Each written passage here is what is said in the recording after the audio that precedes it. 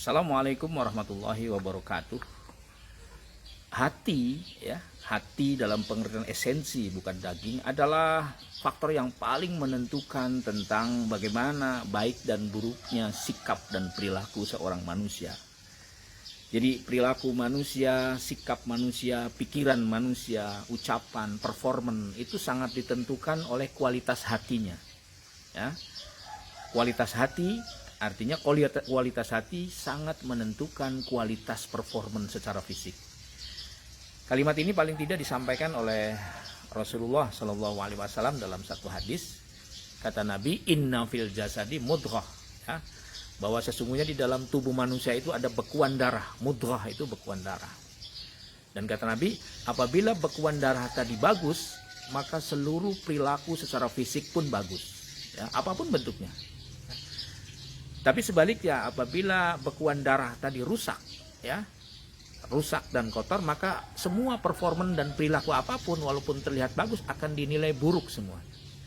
Jadi artinya apa? Kendali seluruh performan dan perilaku manusia sangat ditentukan oleh suasana dan kondisi hati seseorang itu.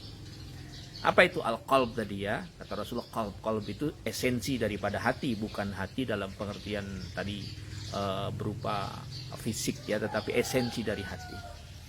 Nah, oleh karena itu, saudara sekalian, kalau kita memahami hadis Nabi, sebenarnya yang menentukan sebuah perilaku itu baik, buruk, ya, benar dan seterusnya itu adalah bagaimana hatinya. Bagaimana hatinya. Imam Al-Ghazali misalnya dalam tradisi pemikiran tasawuf membagi hati menjadi tiga, ya. Yang pertama ada yang disebut dengan qalbun salim, hati yang bersih, hati yang sehat, hati yang jernih. Hati yang jernih ini sebuah etape tingkat tinggi, ya, dari proses perjalanan manusia menempuh kesempurnaan, maka muncul akhirnya adalah hasil akhirnya adalah hati yang bersih. Tentu hati yang bersih, hati yang sehat, ada proses latihan yang dilakukannya. Bagaimana ya yang disebut dengan hati yang bersih? Hati yang bersih itu ya terlihat, ya, kira-kira kalau secara fisik dia terlihat sangat bahagia, ya, performanya membuat menyenangkan orang lain gitu, mudah memaafkan orang lain, kemudian mudah bersabar, mudah bersyukur, itu berarti hatinya sudah sehat. Kemudian juga caci maki, pujian orang lain pada dia tidak berpengaruh pada sikap mentalnya, tetap hatinya jernih. Dipuji tidak kemudian melambung, disakiti, dicaci maki juga tetap saja tidak merasa sakit hati. Kenapa? Karena hatinya sudah bersih, ya. Semua yang muncul dari hati yang bersih itu akan muncul energi-energi positif sehingga selalu memancarkan kebahagiaan. Itu yang disebut dengan hati yang sehat.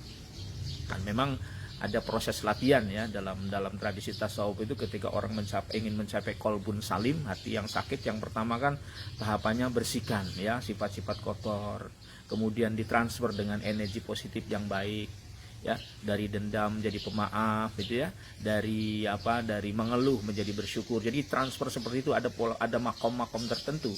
Maka pada saat tertentu ketika semua transfer itu penuh, dia menjadi qalbun salim.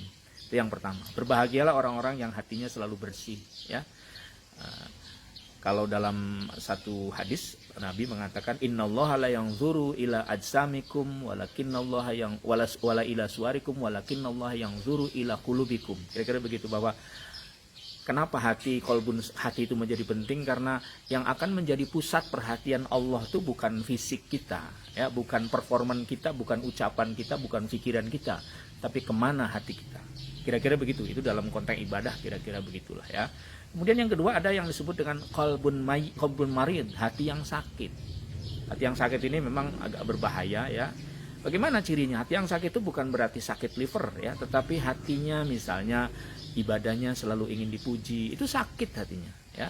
Kemudian kalau dia ada perasaan dengki pada orang lain, ada ria, ada perasaan lebih dalam hati, itu berarti hatinya mengalami sakit. Dan ini bisa diobati dengan cara riyadhah.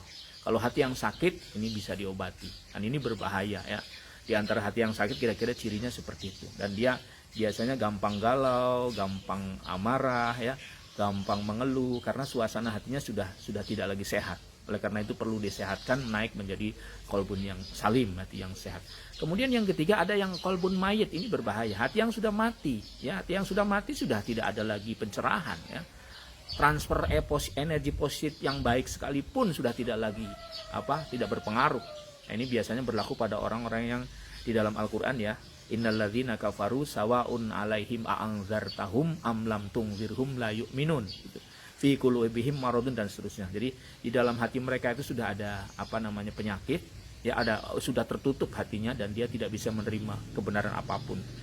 Mau diberi nasihat atau tidak diberi nasihat, tetap aja ya tidak akan pernah berubah karena hatinya sudah mati. Dan ini berbahaya kalau hati sudah mati. Nah, itulah teman-teman saudara-saudara sekalian ya. Jadi hati ada 3, ada hati yang sehat, ada hati yang sakit, ada hati yang mati. Mudah-mudahan kita memiliki hati yang sehat sehingga kita bisa berekspresi secara baik, berperformance secara baik, berperilaku secara baik. Terima kasih, mudah-mudahan bermanfaat. Assalamualaikum warahmatullahi wabarakatuh.